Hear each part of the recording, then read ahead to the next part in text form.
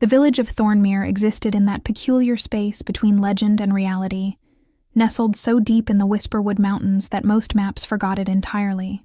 The inhabitants preferred it that way. They had learned long ago that isolation was a form of protection, that being forgotten by the world meant being safe from its wars, its politics, its endless hunger for conquest. But isolation came with its own dangers, and the people of Thornmere knew this too. The mountains bred creatures that grew bold in darkness, predators with appetites sharpened by the thin air and bitter cold, bears that could crush a man's skull with one swipe, wolves that hunted in packs, circling their prey with terrifying intelligence, shadow cats that moved like smoke through the trees, their eyes glowing amber in the darkness. The villagers should have been easy targets, vulnerable in their seclusion. They should have been picked off one by one, their numbers dwindling until Thornmere became nothing more than empty cottages reclaimed by the forest. But they thrived instead, their children playing freely even as dusk fell, their livestock grazing peacefully in fields that bordered the wild woods. They thrived because something protected them, something that walked the perimeter of their world every single night without fail. The villagers called him the Shadow Guardian, though no one had ever seen him clearly. They knew he was there by the massive paw prints left in mud and snow, each one as large as a dinner plate. They knew by the way predators suddenly fled from areas they had stalked for days. They knew by the deep, resonant howl that echoed through the valley each midnight, a sound that sent shivers down their spines even as it comforted them. Whatever the guardian was, he had chosen them, and that choice had kept them alive for a decade. Alara had grown up with the stories, had fallen asleep countless nights to her father's tales of the great wolf, who walked alone but protected many. Unlike the other children who trembled deliciously at such stories, Alara had never felt fear when she thought of the guardian.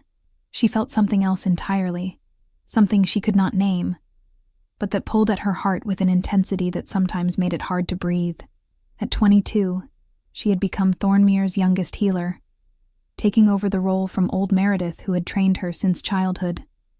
Alara had a gift that went beyond the herbs and tinctures she mixed in.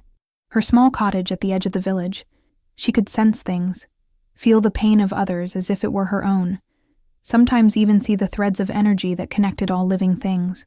Meredith had told her once that she carried old magic in her blood, the kind that had mostly died out of the world.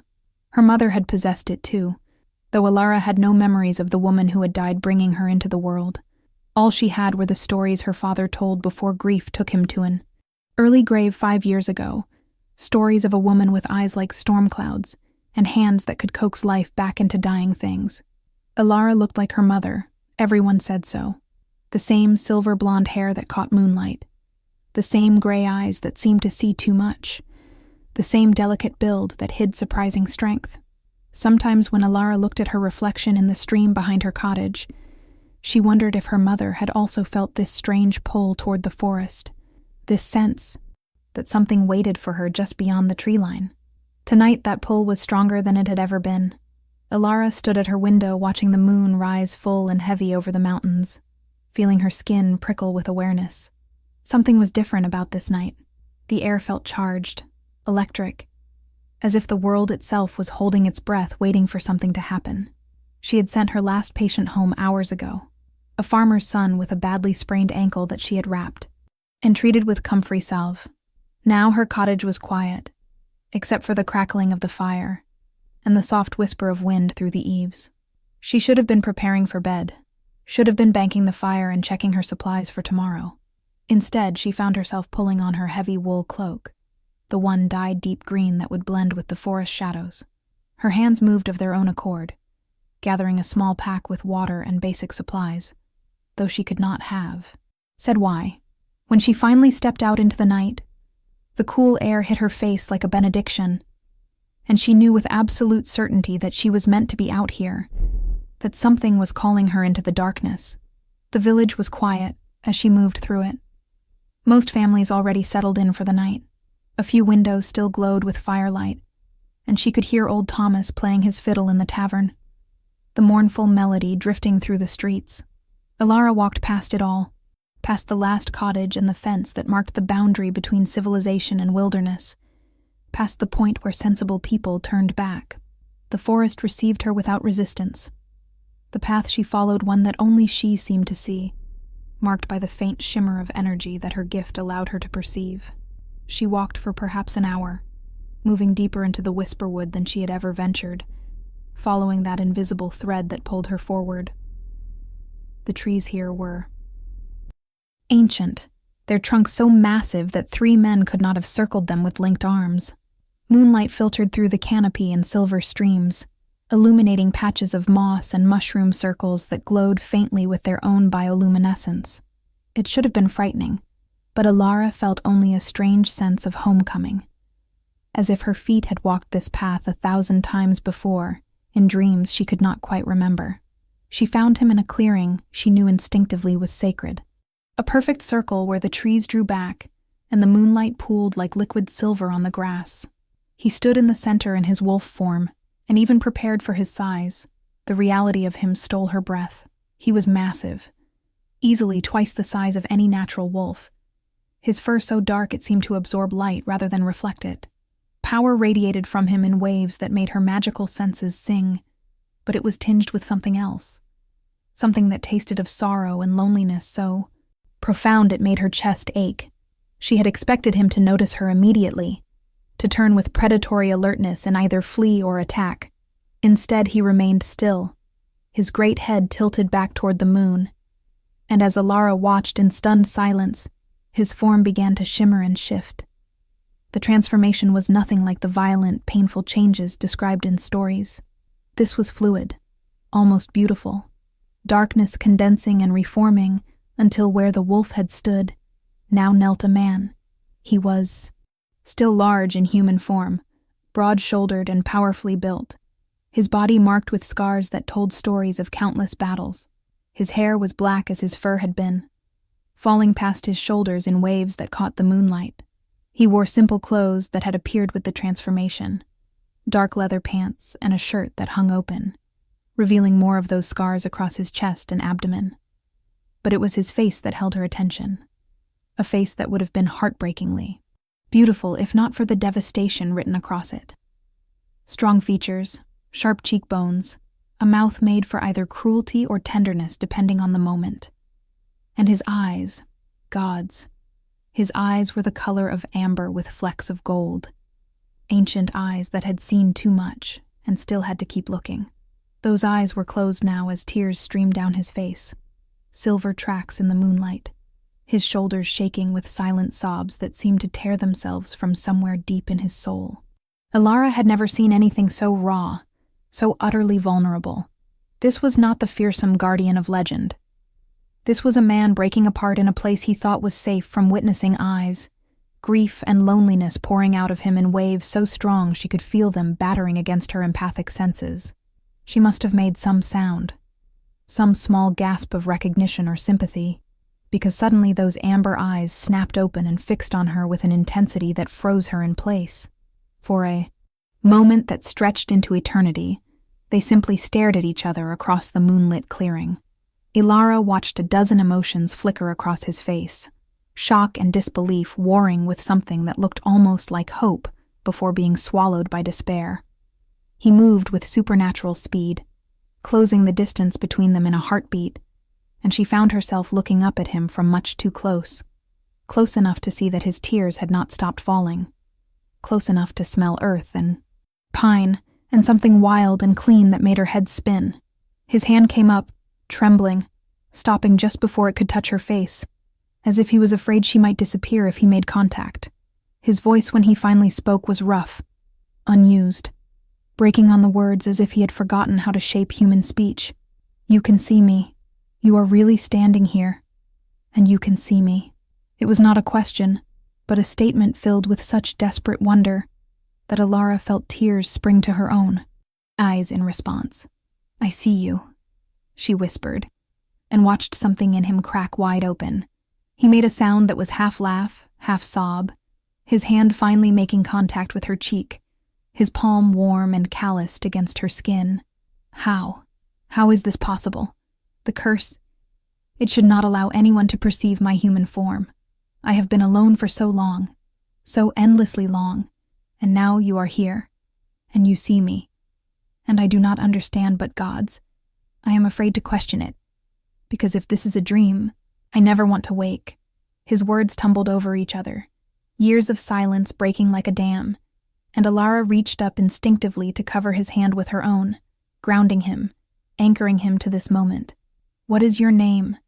she asked, though some part of her felt she already knew, had always known.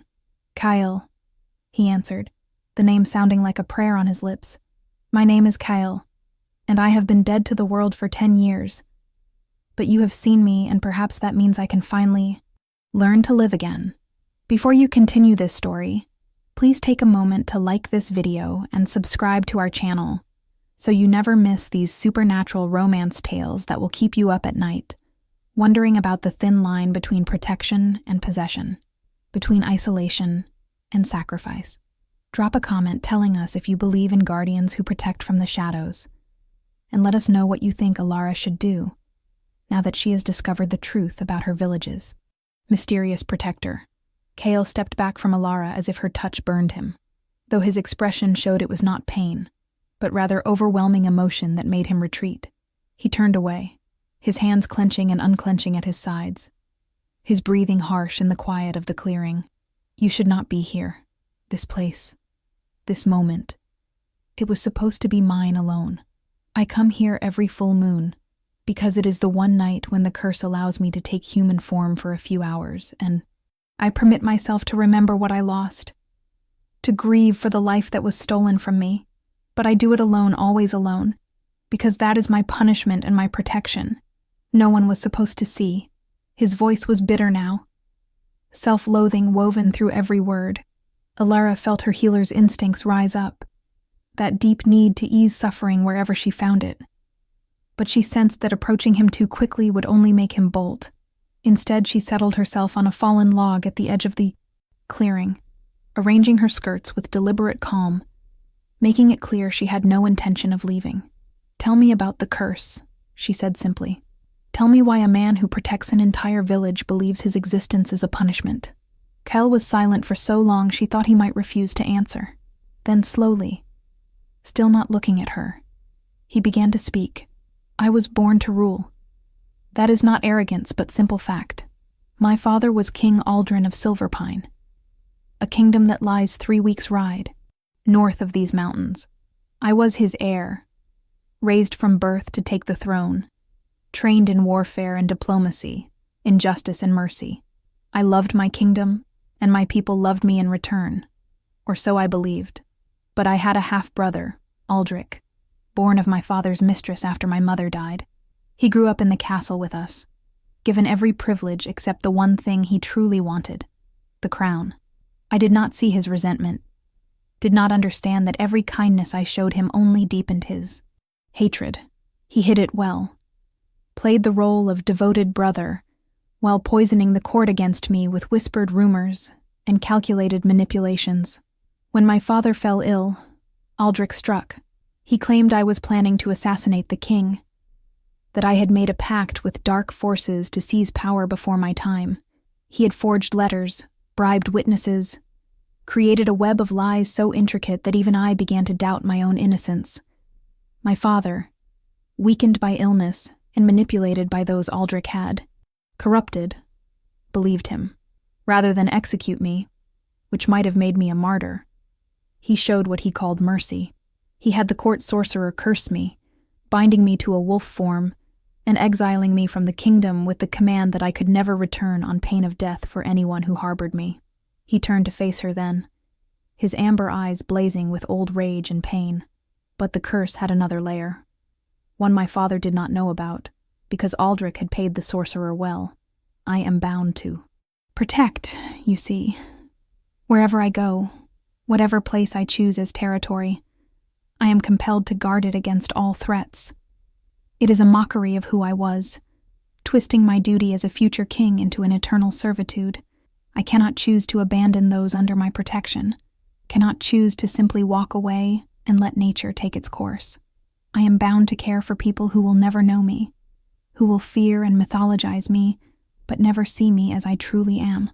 And once a month, on the full moon, I am granted human form for a few hours, so that I may fully feel the weight of everything I have lost.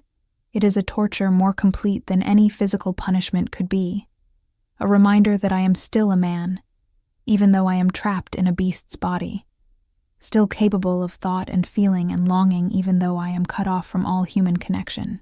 His voice broke on the last words, and fresh tears began to fall though he scrubbed at them angrily. So when I ask how you can see me, what I am really asking is why the curse has failed tonight, why I am being given this taste of what I can never truly have. Because when you leave, and you will leave, I will be more alone than ever before. Alara stood and crossed to him, ignoring the way he tensed as she approached. She had made a decision in her heart while listening to his story, a decision that felt as inevitable as breathing. The curse has not failed, she said softly. I can see you because I carry magic in my blood, magic my mother left to me. When she died, I can perceive things others cannot, see through illusions and enchantments to the truth beneath. When I look at you, the curse cannot hide what you are. She took his hand, feeling the way his fingers trembled against hers. And you are wrong about one thing, Kale. I am not going to leave. Or rather, I will leave this clearing when dawn comes. But I will return. Every full moon, I will be here, and you will not have to grieve alone anymore. You will not have to carry this burden, without anyone to witness it. You have protected my village, my people for 10 years. Let me give you something in return. Let me give you companionship, conversation, a reminder that you are still human even when the beast's body claims you again. Kale stared at her as if she had spoken in a language he could not comprehend. You do not understand what you are offering. To tie yourself to me, even in this limited way, is to invite danger into your life. Aldrich has spies everywhere, hunters, who search for any sign that I might have found a way to break the curse. If they discover you, if they learn that someone can see through the enchantment, they will kill you without hesitation. My brother cannot risk the truth of his treachery being revealed. He has spent 10 years consolidating his power, painting himself as the hero who saved the kingdom from a traitor. Your life would be worth nothing measured against the protection of his lies. But even as he spoke the warnings, Ilara could see the hope kindling in his eyes. Fragile and tentative, but growing stronger with each moment, she did not run away. She smiled at him, a fierce expression that surprised them both. Then we will be careful. We will meet here where no one ventures, and I will tell no one about these encounters. But I will not abandon you to solitude, Kyle. Whatever brought me to this clearing tonight, whatever magic or fate or simple chance, I choose to honor it. I choose you. The sound he made was broken and beautiful, relief and gratitude and something deeper all tangled together. He pulled her into his arms with a desperation that might have frightened her if she had not felt the same pull, the same certainty that this moment would change everything. They held each other in the moonlight. Two people who had been alone in different ways, finding unexpected solace in an encounter that should never have happened. I do not even know your name, Kale said against her hair, and she laughed, the sound bright in the darkness. Ilara. My name is Ilara, and apparently I have been waiting my whole life to meet a cursed prince who cries under full moons. He pulled back enough to look at her face, really look at her, and she saw wonder bloom in his expression. You are not afraid of me. Everyone should be afraid of what I am, of what I have become. But you look at me as if I am simply a man worth knowing. Ilara reached up to touch his face, her thumb gently wiping away the tracks of his tears. You are a man worth knowing, Kale of Silverpine, and I intend to know all of you, the grief and the strength, the loneliness and the honor. You have spent 10 years being nothing but a guardian. Let me help you remember how to be simply yourself. They talked through the night, hours passing like minutes, as Kale told her about his life before the curse, about the kingdom he had loved and lost, about the weight of wearing a crown that was always meant to be his but never quite fit. He spoke of his childhood, of a mother who had died when he was young, and a father who had tried his best but never quite knew how to show love, without the formality of kingship getting in the way. He told her about Aldrich, about the brother he had trusted absolutely, and the bitter lesson he had learned about the corrosive power of envy. And he spoke of the curse itself, of the first terrifying days when he had not understood what was happening to him, when every transformation had felt like dying and being reborn into something monstrous. He described the moment he realized he could not control the protective instinct, how he had tried to fight it and felt the curse tighten around him like chains until he submitted. "It was Thornmere that saved my sanity," he admitted. "I wandered for 2 years after my exile, moving from place to place, never staying long enough to form any attachment. But then I found your village, so isolated and vulnerable, and something in me settled. This could be my purpose, I thought. If I could not be king, I could at least be guardian. If I could not rule with wisdom and justice, I could at least keep innocent people safe from harm. It gave me a reason to continue existing, even if that existence was hollow." Alara listened to it all, absorbing his story into her bones, feeling the shape of his pain and the strength he had needed to survive it. In turn, she told him about her own life, about growing up knowing she was different, about the magic that flowed through her and the way it had shaped her path toward healing. She spoke of her mother, the woman she had never known, but who had left her a legacy more powerful than any physical inheritance. "Meredith, my teacher, she told me once that my mother was more than just a healer. She said she had been some kind of magical guardian herself, though she never explained what that meant. She died giving birth to me, but Meredith always insisted it was not the childbirth itself that killed her. She said my mother made a choice, that she poured her power into me deliberately, sealing it away until I was old enough to understand it. I never knew what to make of those stories. They seemed too fantastical, too much like the tales we tell children to make sense of tragedy. But tonight, standing here talking to a cursed prince, I wonder if perhaps there was more truth in them than I realized." Cale had gone very still while she spoke, his amber eyes fixed on her face with an intensity that made her breath catch. "What was your mother's name?" he asked quietly, and Alara frowned slightly, trying to remember. "Meredith called her Lisa, though my father always just referred to her as his beloved." "Why?" Cale's expression transformed into something between shock and awe.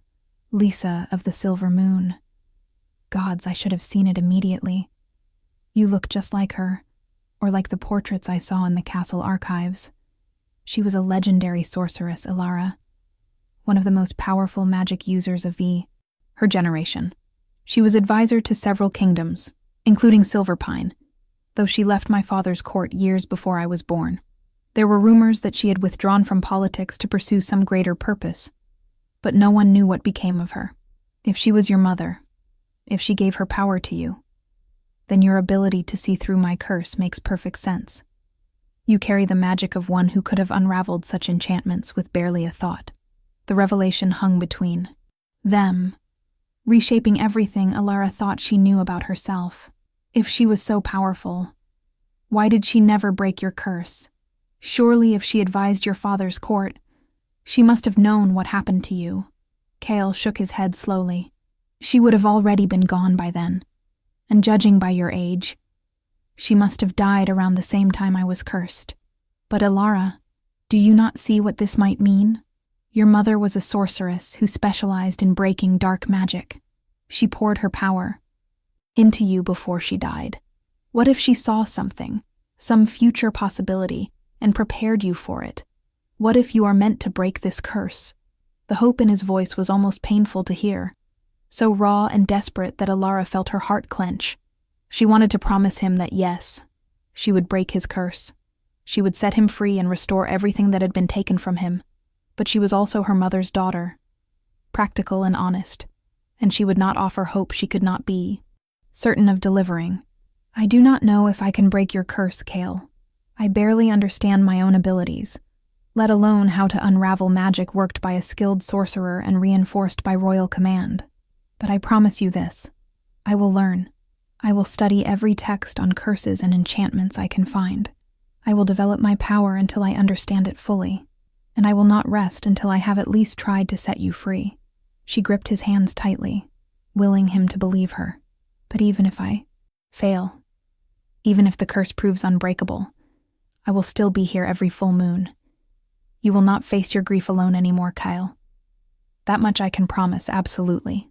He pulled her close again, and she felt him shaking with emotion against her. "You have given me something I thought lost forever. Hope. The belief that perhaps my story is not finished, that there might be chapters yet unwritten. Whatever comes of this, whether you break the curse or not, you have already changed everything. Simply by seeing me, by choosing to stay, I will never be able to repay that gift." Dawn was beginning to touch the eastern sky with pale gold when Alara finally prepared to leave the clearing. Kale walked with her to the edge of the trees, his steps growing heavier as the light strengthened.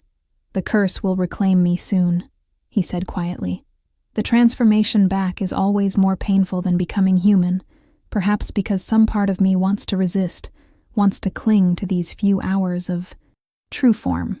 But Alara, before you go, I need you to understand something. When I am in wolf form, I retain all my human consciousness and memory. I will know it is you if you speak to me, will hear and understand every word. But I cannot respond as a man would. I am bound by the curse to act as the beast appears, to maintain the mystery and the fear that keeps people at a safe distance. So if you see me on my patrols around Thornmere, do not expect acknowledgement.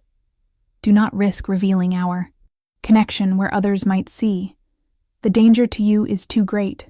Alara nodded, understanding, though part of her rebelled against the idea of seeing him and having to pretend indifference. 1 month, she said softly. "We have to wait a full month until the next full moon. It feels like an eternity." Kale cupped her face in his hands, his thumb tracing her cheekbone with infinite gentleness. "I have waited 10 years in absolute solitude. 1 month knowing that you exist, that you will return, that I have something to count the days toward, that is a gift beyond measure. Go now, before the village wakes and people wonder where their healer has spent the night. Be safe, Ilara of Thornmere. Guard yourself as fiercely as I guard your people." She left him there at the forest's edge and did not look back, though every instinct screamed at her to do so. The walk back to Thornmere passed in a daze, her mind spinning with everything she had learned, everything that had changed in the space of one night. She reached her cottage just as the first villagers were beginning to stir, slipping inside and collapsing onto her bed, still fully clothed. Sleep claimed her immediately, deep and dreamless, her body surrendering to exhaustion even as her heart raced with the memory of amber eyes and a smile that had broken through decades of sorrow. When she woke hours later, it was to pounding on her door and the panicked voice of the miller calling for help. His daughter had fallen from the loft and was not waking up. Alara forced herself into alertness, gathering her supplies and following him through the village, slipping back into the role of healer, as if the night's revelations existed in some separate world. But as she worked over the unconscious girl, checking for broken bones and preparing a tincture to reduce swelling, she felt something new in her magic. It responded more readily to her call, flowed more smoothly through her hands, as if acknowledging her connection to Kale had somehow opened channels that were previously blocked. By the time she had the girl stabilized and resting comfortably, Alara was certain. Meeting Kyle had not just changed her emotionally, it had awakened something in her power, had begun the process of unlocking the legacy her mother had left sealed within her. The days that followed fell into a strange rhythm. Alara continued her work as village healer, tending to the usual complaints and injuries, mixing her remedies and offering comfort where medicine could not help. But every spare moment was devoted to studying her mother's magic.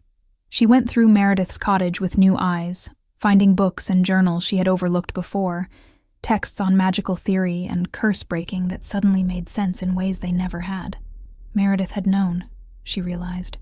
The old woman had been preparing her for this all along, leaving resources and knowledge scattered throughout her training, waiting for the moment when Alara would be ready to see them for what they truly were.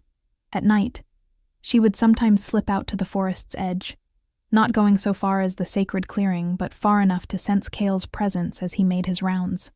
True to his word, he never approached her in those moments, never gave any sign of recognition, but she could feel him watching over her, could sense the protective awareness that surrounded her whenever she ventured near his territory. It was both comforting and frustrating, knowing he was so close, but unable to speak to him, unable to share the discoveries she was making about her magic and what it might mean for breaking his curse. 3 weeks into the month, everything changed. Alara was returning from a call to a farm on Thornmere's western edge, her basket full of herbs she had gathered along the way, when she felt it. A wrongness in the air, a disturbance in the natural flow of energy that made her stop in her tracks. There were strangers in the forest, men who moved with predatory purpose, and they were hunting. She reached out with her senses, trying to understand what they sought, and felt her blood run cold when she realized they were hunting Kale. She did not know how they had found him, did not waste time wondering whether Aldrich had sent them, or if they were independent hunters drawn by rumors of an unnatural wolf. All that mattered was that they were here. They were armed with silver and magic, and they intended to kill the guardian of Thornmere. Alara ran, heedless of the branches that tore at her cloak and the stones that threatened to turn her ankle. She had to warn him, had to find some way to let him know the danger before it was too late. She reached the clearing where they had first met and found it empty, but she could feel his presence not far off, could track the thread of energy that connected them now even across distances. She followed it deeper into the forest, her heart pounding with fear and determination in equal measure. She found him cornered in a narrow ravine, 6 men surrounding him with crossbows and enchanted chains. In his wolf form, he was still magnificent, still powerful. But the silver tips on their bolts would burn him, and the chains were designed to bind magical creatures. One of the hunters was speaking, his voice carrying a northern accent. "Big bastard, isn't he? The informant was right. This is no natural wolf. Someone will pay well for a pelt like this. And better still if we can take him alive and sell him to the arena fights." Alara felt rage ignite in her chest, hot and cleansing. These men had no idea what they were threatening, no comprehension that they were trying to murder someone who had devoted a decade to protecting innocent people. They saw only a prize, a beast to be captured and exploited. She stepped out of the tree line before she could think better of it, before caution or strategy could stop her. "Leave him alone," she said, her voice ringing with authority she did not. No, she possessed. "This wolf is under my protection, and you will not touch him." The hunters turned to stare at her, and she saw calculation in their eyes, the weighing of threat against opportunity. The leader, a scarred man with cold eyes, smiled unpleasantly. "Well now, a village girl with delusions of power. Tell me, little healer, what protection can you possibly offer against 6 armed men? Go home before you get hurt. This doesn't concern you." Alara felt her magic rising in response to the threat, felt it coiling in her blood like liquid fire. She had never used her power as a weapon before, had always channeled it toward healing and nurturing. But her mother had been a sorceress who advised kings, and that legacy lived in Alara's veins whether she had claimed it or not. She raised her hands and felt energy pulse outward, visible to her sight as silver-white light that made the hunters stumble back in surprise. "I am Alara, daughter of Lissa of the Silver Moon, and I am telling you to leave this forest now. Take your chains and your silver and your cruelty somewhere else, or I will make you regret ever setting foot in these woods." Her voice resonated with power, echoing off the ravine walls, and she saw real fear flicker in the hunter's eyes. But greed was a powerful motivator, and the leader recovered quickly. "The daughter of Lissa? Even better. You will bring an even higher price than the wolf. Aldrich pays well for magic users, especially ones with bloodlines like yours. Take her." They moved as one, 4 of them rushing toward her, while 2 kept their crossbows trained on Kale. Alara reacted on instinct, her magic exploding outward in a wave that caught the hunters mid-stride and flung them backward like leaves in a storm. She heard Kale snarl behind her, the sound filled with rage and warning, and she knew without looking that he was preparing to attack despite the silver weapons. "Stay back," she commanded, not taking her eyes off the hunters who were struggling to their feet. I can handle this. But she had underestimated their preparation. The leader pulled something from his belt, a small crystal that pulsed with sickly green light, and threw it at her feet. It shattered on impact, releasing a cloud of acrid smoke that immediately made her dizzy. Magic suppressant, she realized too late.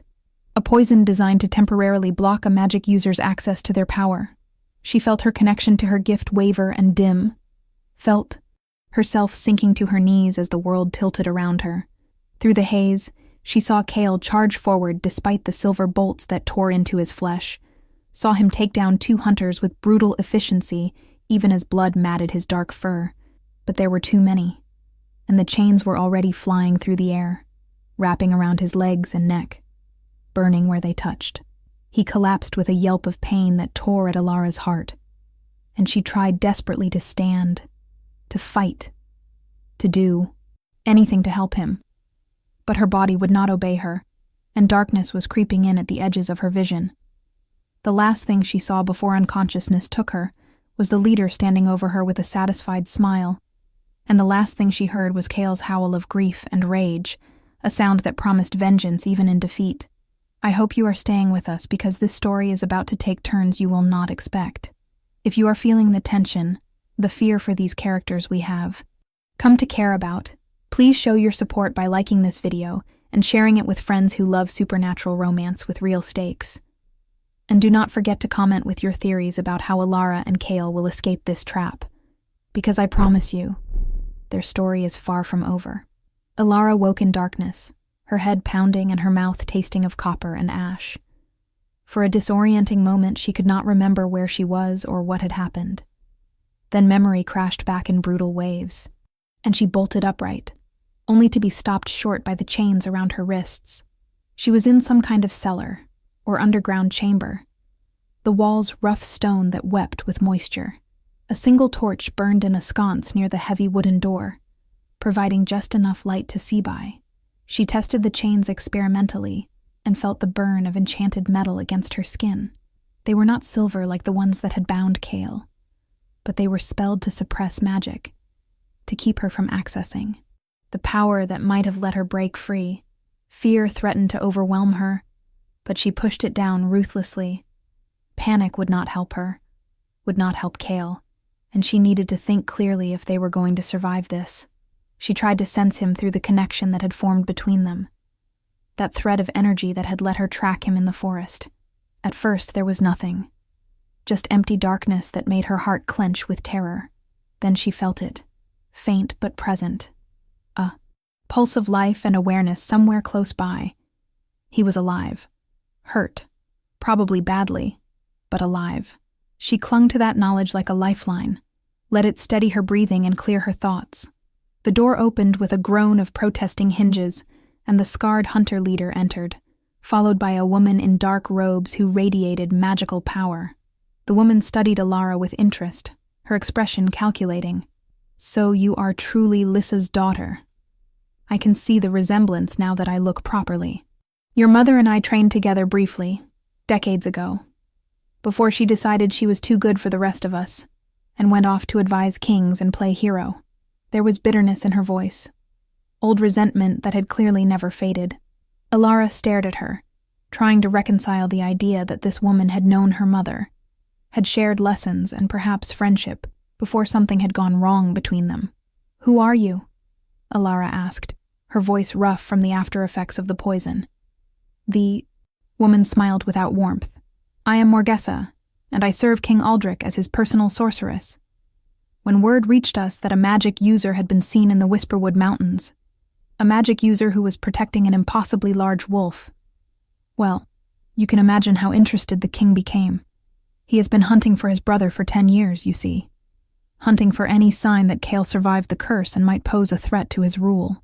And now I have delivered not only the cursed prince, but also a powerful sorceress with the bloodline and training to potentially break that curse. His Majesty is going to be very pleased. The confirmation of what Alara had suspected, that Aldrich was behind the hunters, sent ice through her veins. But it also told her something important. They were being taken to Silverpine, to the kingdom Kale had been exiled from. If they could just survive the journey, if they could reach the capital, there might be allies there. People who remembered the true prince and might help him.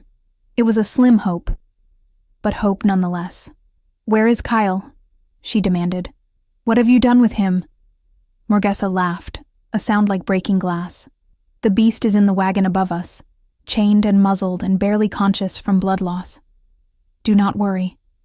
We made sure he will live long enough to face his brother's justice. Aldrich wants the pleasure of executing him personally, wants to prove to the kingdom that he truly has defeated the traitor prince once and for all. You, on the other hand, present a more interesting question. You are too powerful to simply kill, too useful a resource to waste. The king will likely offer you a choice. Serve him willingly, use your magic in his name, and you will live in comfort and luxury. Refuse, and he will break you until you have no choice but to obey.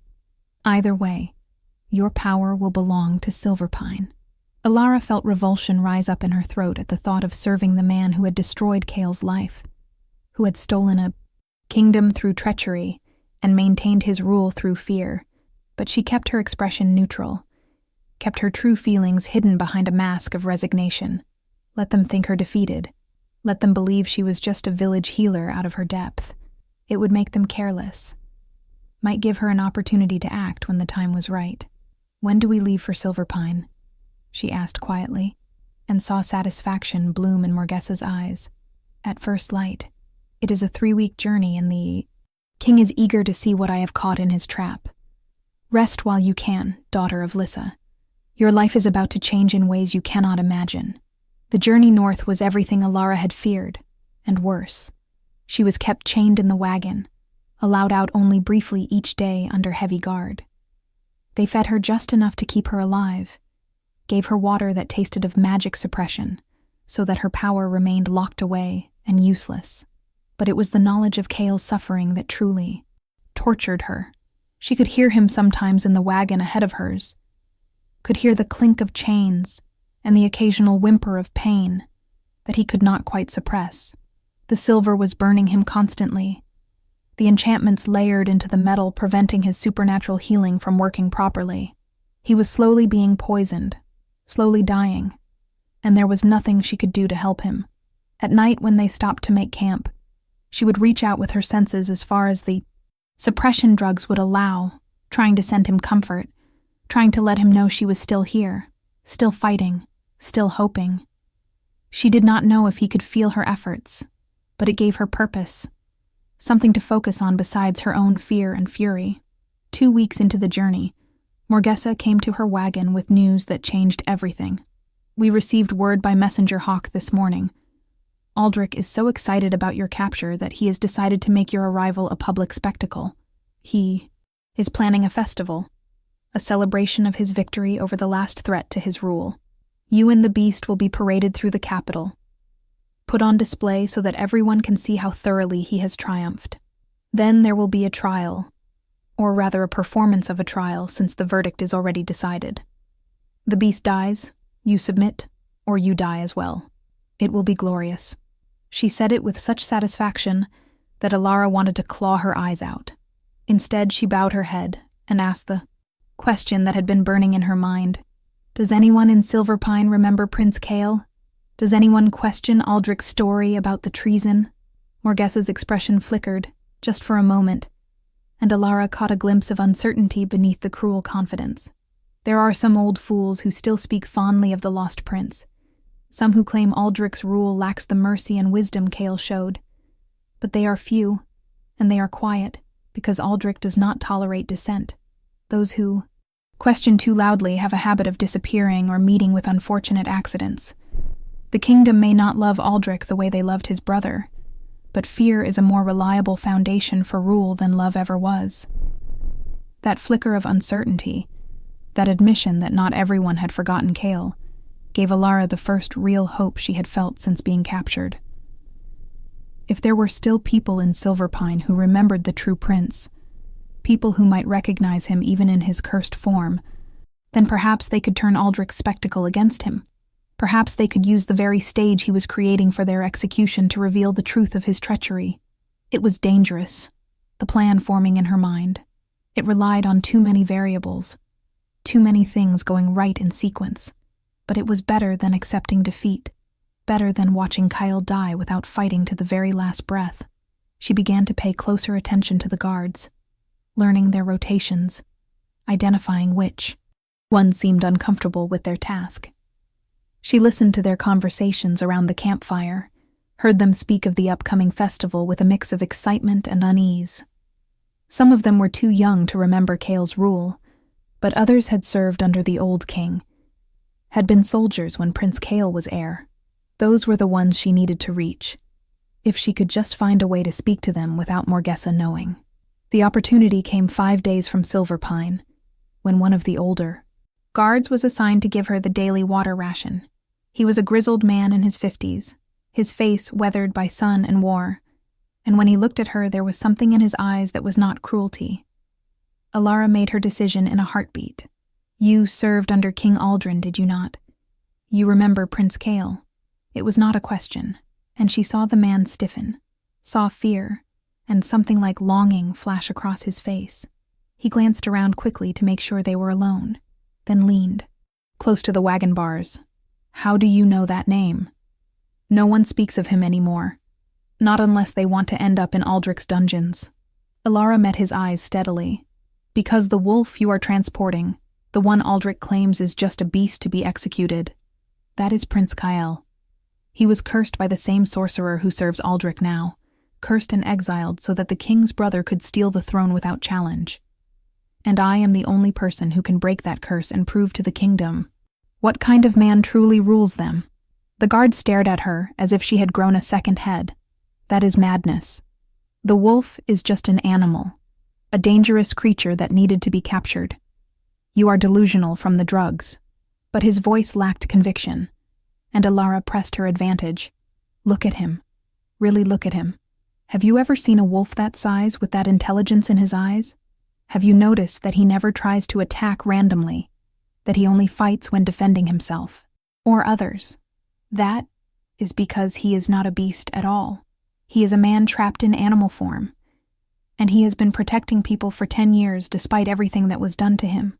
If you truly served King Aldrin, if you remember what the kingdom was like under his rule and his son's leadership, then you know in your heart that Aldrich's reign has been nothing but corruption and fear. Help me. Help us. Give me a chance to prove what I am saying, and together we can restore the rightful king to Silverpine's throne. The guard was silent for a long moment, conflict playing out across his features. Then slowly, he reached into his tunic and pulled out a small vial of clear liquid. This is the antidote to the magic suppression. 1 dose will give you perhaps an hour of full access to your power before the drugs in your system reassert themselves. I can give you this, but I cannot help beyond that, without putting my family at risk.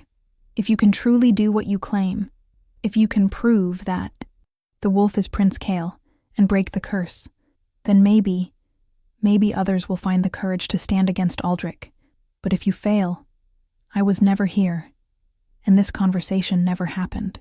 He pressed the vial into her chained hands and was gone before she could thank him, melting back into the camp and leaving her trembling with the weight of what he had given her. 1 hour, 1 chance to reach Kale, to try to break a curse that had held for 10 years, to gamble everything on her untested abilities and the legacy of a mother she had never known. It should have been terrifying. Instead, Alara felt calm certainty settle over her. This was what she had been meant to do all along. This was why her mother had sealed her power inside her, why Kale had found his way to Thornmere, why they had met in that moonlit clearing and recognized each other across the barriers of curse and isolation. She tucked the vial carefully into her bodice and began to plan, counting the hours until they reached Silverpine and the moment when she would either save them both or die trying. They arrived at the capital on a day of brilliant sunshine, the kind of weather that made everything seem clean and hopeful, despite the darkness underneath. Alara had never seen a city before, had spent her whole life in tiny Thornmere, and the scale of Silverpine's capital stole her breath. Thousands of people lined the streets, called there by Aldrich's proclamation to witness the capture of a dangerous beast. and the sorceress who had tried to protect it. The noise was overwhelming. Cheers and jeers, and the general roar of a crowd worked up into a frenzy by skilled manipulation. She could see Aldrich's hand in every detail, the way the story had been shaped to make them into villains, the way fear and triumph had been mixed together to create a mob mentality that would accept any atrocity as justice. The wagon carrying Cale rolled ahead of hers, and even through the bars she could see how badly the journey had broken him. His magnificent fur was matted with blood and filth, his body so still that only the faint rise and fall of his sides showed he still breathed. Rage ignited in Alara's chest, hot and cleansing, burning away the last of her fear. They had done this to him, had taken a good man, and turned him into a spectacle for the entertainment of masses who did not even understand what they were seeing. She would make them pay for it, would make them see the truth, or she would die in the attempt. The procession ended at the castle courtyard where a platform had been erected, clearly meant for the trial and execution. Aldrich himself stood at its center, and Alara felt sick recognition wash over her at the sight of him. He looked so much like Cale, the same strong features and powerful build, but where Cale's face was marked by suffering and compassion earned, Aldrich's was twisted by years of paranoia and cruelty. He smiled as the wagons stopped, expression of pure malicious satisfaction, and when he spoke, his voice was magically amplified to carry across the courtyard. Citizens of Silverpine, today we celebrate a great victory. For 10 years, a threat has lurked in our lands, a beast cursed by dark magic and bent on destruction. But your king, ever vigilant, ever protective of his people, has finally brought this creature to justice, and with it, we have captured the sorceress who sought to unleash it upon our kingdom. Look upon them and see how thoroughly evil is defeated when goodness and strength stand firm. The crowd roared approval, and Alara felt despair try to claw its way up her throat. How could she possibly counter this, the weight of a decade of lies reinforced by spectacle and fear? Then she felt it, a flutter of awareness through her connection to Cale, and she realized he was conscious, was listening to his brother's words with the full weight of his betrayed intelligence. He was not broken, not yet, and if he could endure, then so could she. Her hand closed around the vial hidden in her bodice, feeling its cool weight, the promise it represented. Soon. She just needed to wait for the right moment. Needed Aldrich to make the mistake she was counting on. He would want to gloat, would want to stand close to his defeated brother and savor his victory. When he did, she would act. But Aldrich had not maintained power for 10 years by being careless. He kept his distance from the wolf's cage, addressing the crowd instead, weaving his lies with practiced ease. This beast was once a man, but he allowed darkness to consume him, allowed ambition and forbidden magic to twist him into something monstrous. He sought to overthrow my father, to take the throne through treachery and murder. But justice prevailed, and now justice will be fully served. He gestured, and guards moved forward, unlocking the cage and dragging Cale out onto the platform. Even weakened and chained, he was magnificent, and Alara saw something flicker in the crowd, unease perhaps, or recognition. Aldrich saw it too, and his expression tightened with anger. Do not be fooled by the beast's appearance. Do not let memory cloud your judgment. This creature is not the brother I once loved. That man died the day he chose power over loyalty. His voice rose to a shout. And now that death will be made official. Before you reach for tissues, I need you to reach for that like button because you are going to need to see how this ends. Subscribe now so you do. Not miss the conclusion of this story, and comment telling me if you think Alara can pull off what seems impossible. Can love truly break a curse? Or are some betrayals too deep to overcome? It was the opening Alara had been waiting for.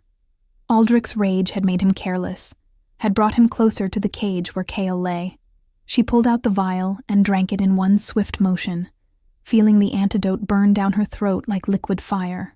For a heartbeat, nothing happened. And she thought, perhaps it was too late, the suppression too deep. Then her magic exploded back to life, roaring through her veins like a river breaking through a dam. She felt it connect with Cale, felt their bond snap into sharp clarity, and through it she could sense his surprise, his desperate hope, his willingness to trust her completely even though he could not understand what she was doing. She reached out with her power, not to Cale directly, but to the crowd, to the thousands of people who had come to watch an execution. She touched their minds gently, not controlling but opening, letting them see past the decade of propaganda and lies. She showed them memories she had pulled from Cale's mind during their talks in the clearing. Memories of the prince he had been, the kindness he had shown, the justice he had enacted, the love he had inspired in people who truly knew him. She showed them Aldrich's treachery, the forged letters and bought witnesses, the sorcerer who had been paid to curse an innocent man, and most damning of all, she showed them Cale's decade of protection, the countless times he had saved people in beast form, asking nothing in return, serving even in exile because it was in his nature to protect those weaker than himself. The crowd's roar shifted, confusion replacing bloodlust, and Aldrich's head snapped around to stare at her with dawning horror. "Stop her! Stop the witch now!" But Alara was not finished. She turned her power on the curse itself, feeling for the structure of the magic that bound Cale, the layers of enchantment that had held for so long. It was complex, brilliant work really, woven with multiple fail-safes and reinforcements, but it had been created by Morgessa, and Alara carried her mother's power, and Lissa had been the better sorceress. She found the key threads, the places where the curse was anchored to Cale's spirit, and she began to unravel them with ruthless precision. It hurt. Gods, it hurt.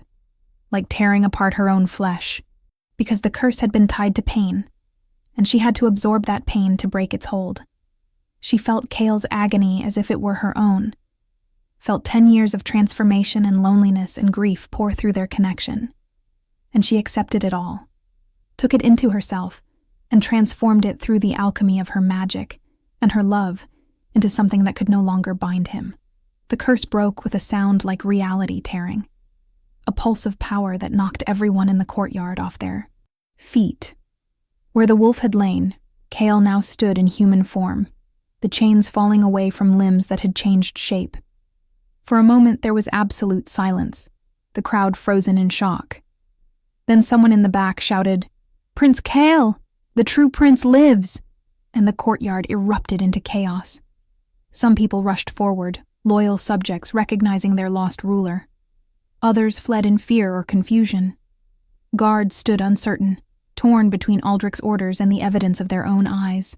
And Aldrich himself stood on the platform, his face white with rage and terror, screaming for Morgessa to do something, to fix this disaster. But Morgessa was staring at Alara with something like awe. "You actually did it. You broke a curse that should have been unbreakable. Your mother would be proud." There was no malice in her voice now, only a kind of resigned respect. She made no move to help Aldrich, simply stepped back and folded her arms, waiting to see how events would unfold. Cale crossed the platform in swift strides, and Alara had just time to see his face, to see the joy and relief and fierce love blazing in his amber eyes, before he pulled her into his arms. "You saved me," he whispered against her hair. "You broke the curse and gave me back my life. How can I ever repay such a gift?" Alara laughed breathlessly, her body shaking with exhaustion and triumph. "Take back your kingdom. Show these people what kind of king you were always meant to be. That will be payment enough." Cale turned to face the crowd, and Alara saw the moment they truly recognized him, saw the way the older ones fell to their knees, tears streaming down weathered faces, saw the younger ones, who had known only Aldrich's rule, look at him with wonder and desperate hope. When he spoke, his voice carried the authority of someone born to command, but also the compassion of someone who had learned what suffering truly meant. "People of Silver Pine, I am Cale, son of Aldrin, your rightful king. I was betrayed by my brother and cursed through his treachery, but I have never stopped loving this kingdom or its people. I have spent 10 years in exile, but I used that time to protect the innocent, to remember what it means to serve rather than to rule through fear. I return to you now not seeking vengeance, but seeking justice. Not demanding your loyalty, but asking for the chance to earn it as I should have done before I was taken from you." He gestured to Aldrich, who had been seized by guards, loyal to the memory of the old king. "My brother will face trial for his crimes, a real trial with witnesses and evidence, not the mockery of justice he planned for me. He will have every opportunity to defend himself, because that is what justice requires. And when he is found guilty, as he will be, his punishment will be exile, not death. I will not begin my reign with blood, even blood that might be deserved." The crowd erupted in cheers, the sound deafening and joyful, all fear transmuted into celebration. Ilara watched Kyle accept their adoration with grace, saw him begin the work of reclaiming his kingdom with wisdom earned through suffering. She felt her own magic beginning to flicker and fade as the suppression drugs reasserted themselves, felt exhaustion creeping up to claim her. But before darkness could take her, Kale was there, catching her as she swayed, lifting her into his arms with infinite care. "Rest now," he murmured. "You have done more than anyone should ever have to do. Let me carry you for a while, as you have carried me through the darkest time of my life." She let her head rest against his chest, let herself sink into the comfort of his presence, and her last thought before sleep claimed her was that finally, they were both free. The weeks that followed were a blur of activity and adjustment. Aldrich's trial proceeded exactly as Kale had promised, fair and thorough, with all evidence laid out for the kingdom to judge. The verdict was never in doubt.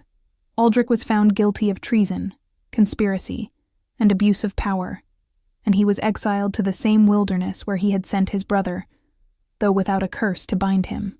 Morgessa chose to leave Silverpine of her own accord, tired of serving men who valued power over principle.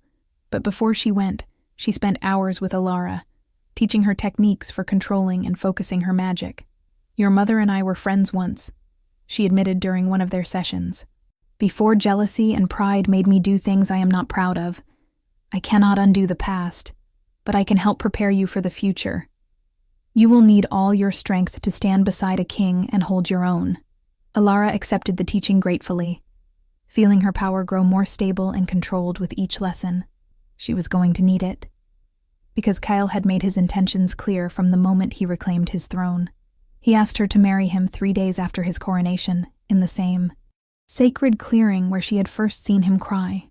They had ridden out from the capital together, escaping the demands of rulership for a few hours, returning to the place where everything had begun. Kyle had led her to the center of the clearing, and then dropped to one knee, his amber eyes shining with emotion. "Ilara, you saw me when I was invisible, loved me when I was unlovable, saved me when I had given up on being saved. You gave me back my humanity, my kingdom, my hope for the future. Will you also give me yourself? Will you stand beside me as queen, as partner, as the other half of my soul? I know I am asking you to leave your home, to take on responsibilities you never sought, but I swear to you, I will spend every day for the rest of my life making sure you never regret choosing me." Ilara had not needed to think about her answer, had known it in her bones since the night she had first touched his face, and felt his tears against her hand. "Yes," she said simply. "Yes to all of it. The throne, the kingdom, the future. But most of all, yes to you, Kyle. Always yes to you."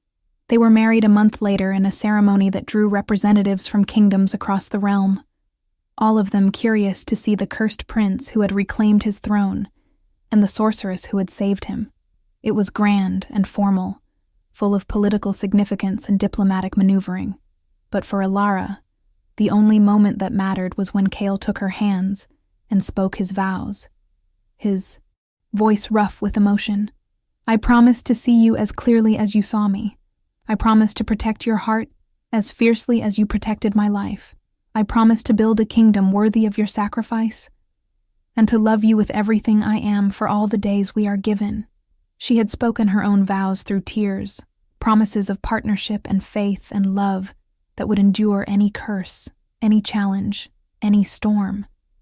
And when he kissed her, sealing their bond before the assembled crowd, Ilara felt something settle into place in her soul. The last piece of a puzzle she had not known was incomplete. The first year of Kael's second reign was not easy. There were nobles who had profited under Aldrich's rule and resented the return of justice and accountability. There were neighboring kingdoms who saw the instability as an opportunity for expansion.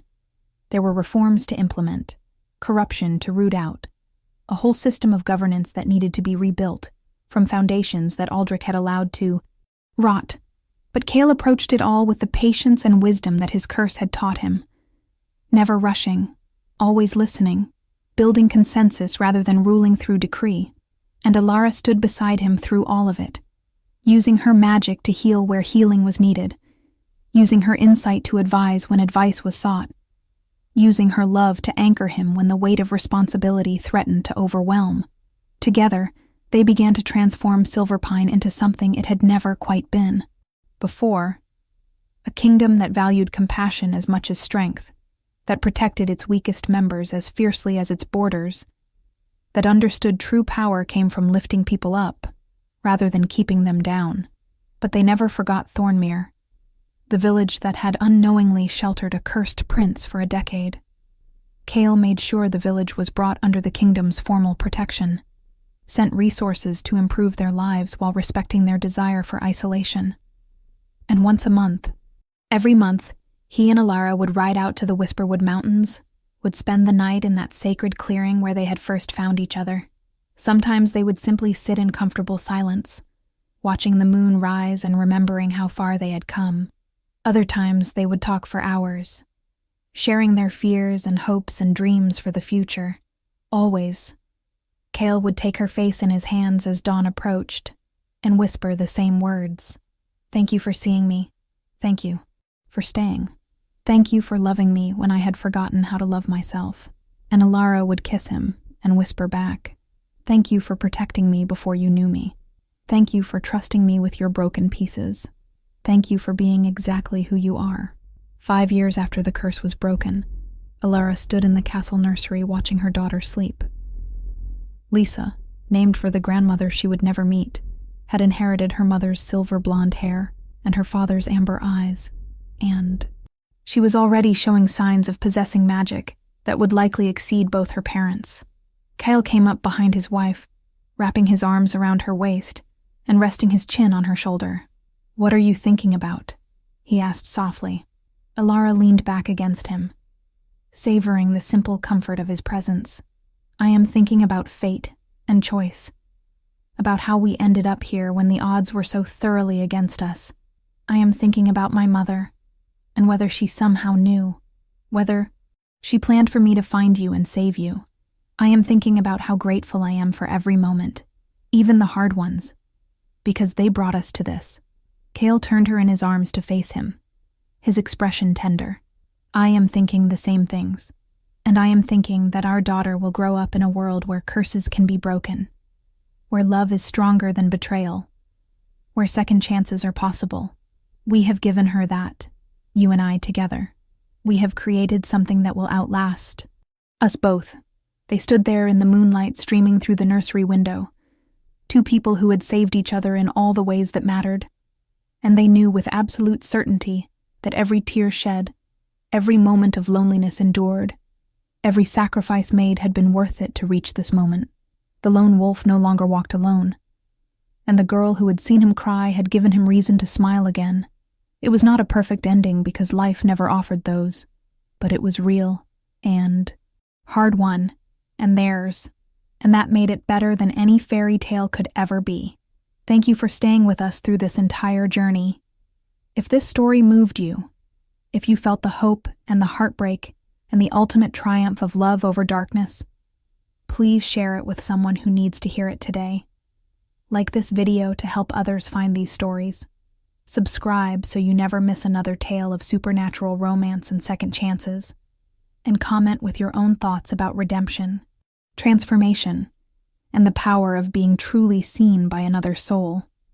Until next time, remember, that the greatest magic is not in breaking curses, but in choosing to love when love requires courage.